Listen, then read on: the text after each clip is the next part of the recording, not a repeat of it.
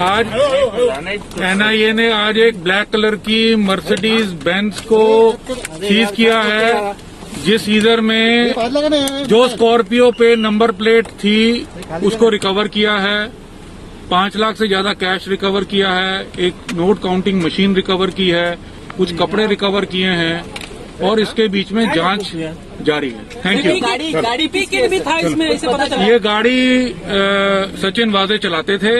ये किसकी गाड़ी है इसके बारे में अभी जांच चल रही है। पूरे मामले में सबसे सनसनीखेज खुलासा ये भी हुआ है कि एंटीलिया बम मामले में सीसीटीवी फुटेज हाथ लगी है। इसमें सचिन एक पीपी किट या लूज फिटिंग कुर्ता जैसी चीज पहने नजर आ रहे हैं, जिसे कथित तौर पर बाद में जला दिया गया। सबसे हैरान करने वाली बात यह है कि सीसीटीवी में नजर आ रहे वाजे और एंटीलिया के बाहर बम रखने वाले शख्स की फुटेज लगभग एक जैसी है। वो व्यक्ति भी सीसीटीवी में पीपी किट पहने नजर आ रहा है। सचिन वाजे पर न केवल एंटीलिया केस का सूत्रधार होने का आरोप है, बल्कि ये भी आरोप है कि अंबानी के आवास के बाहर मिली दोनों कारों के ड्राइवर पुलिस बल में काम कर रहे हैं और दागी पुलिस अधिकारी सचिन वाजे के संपर्क में थे। ये भी पता चला है कि वाजे की सोसाइटी का जो सीसीटीवी फुटेज गायब हुआ था वो किसी और ने नहीं बल्कि दागी पुलिस अधिकारी सचिन वाजे ने ही गायब किया था। उसने खुद ही सोसाइटी का सीसीटीवी फुटेज ये कहकर जब्त कर लिया था कि पुलिस द्वारा आधिकारिक उपयोग के लिए डीवीआर की आवश्यकता है, जिसे बाद में उसने क्षतिग्रस्त कर दिया। लेकिन इन सब के बीच ये बात भी अब कही जाने लगी है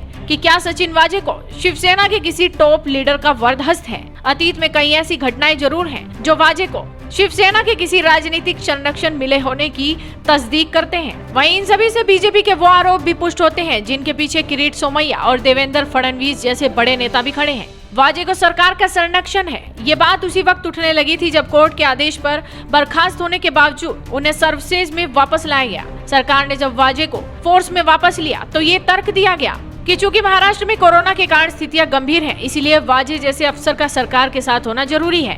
इसके अलावा जूनियर रैंक के अफसर वाजे को सीधे क्राइम इंटेलिजेंस यूनिट का हेड बनाना भी एक बार के लिए सरकारी संरक्षण का उदाहरण देने वाला मामला बना था। वाजे उद्धव सरकार के साथ काम करने के लिए पहुंचे तो उन्हें कई ऐसे केसों की जांच सौंपी गई जो कि देश की राजनीति और चर्चाओं में अहम थे।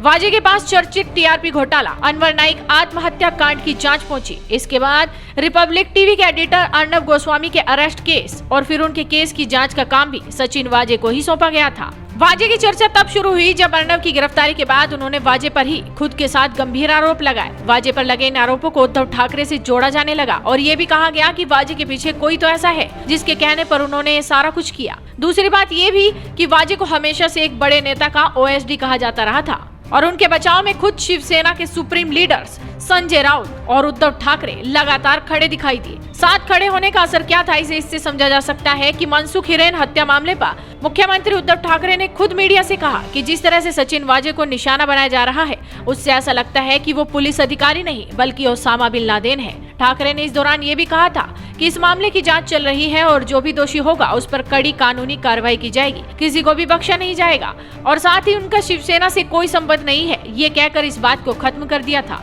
लेकिन सीएम उद्धव ठाकरे भले ही ये कहें कि शिवसेना और वाजे का कोई संबंध नहीं, लेकिन ये बात भी सही है कि वाजे शिवसेना के तमाम नेताओं के साथ उनकी कंपनियों में डायरेक्टर भी हैं। वाजे भले ही इंस्पेक्टर हैं, लेकिन ये आसान नहीं कि उन्हें शिवसेना की सुप्रीमेसी का इतना भरोसा मिला हो कि पार्टी के तमाम शीर्ष नेताओं के साथ उनके व्यापारिक संबंध रहे हो। ऐसे में देखना होगा कि इस मामले पर कौन सी कड़ियां निकलकर सामने आती हैं और किस तरह से शिवसेना सचिन वाजे को बचाती है। तो आप भी इस वीडियो को शेयर कीजिए और जुड़े रहिए हेडलाइंस इंडिया के साथ।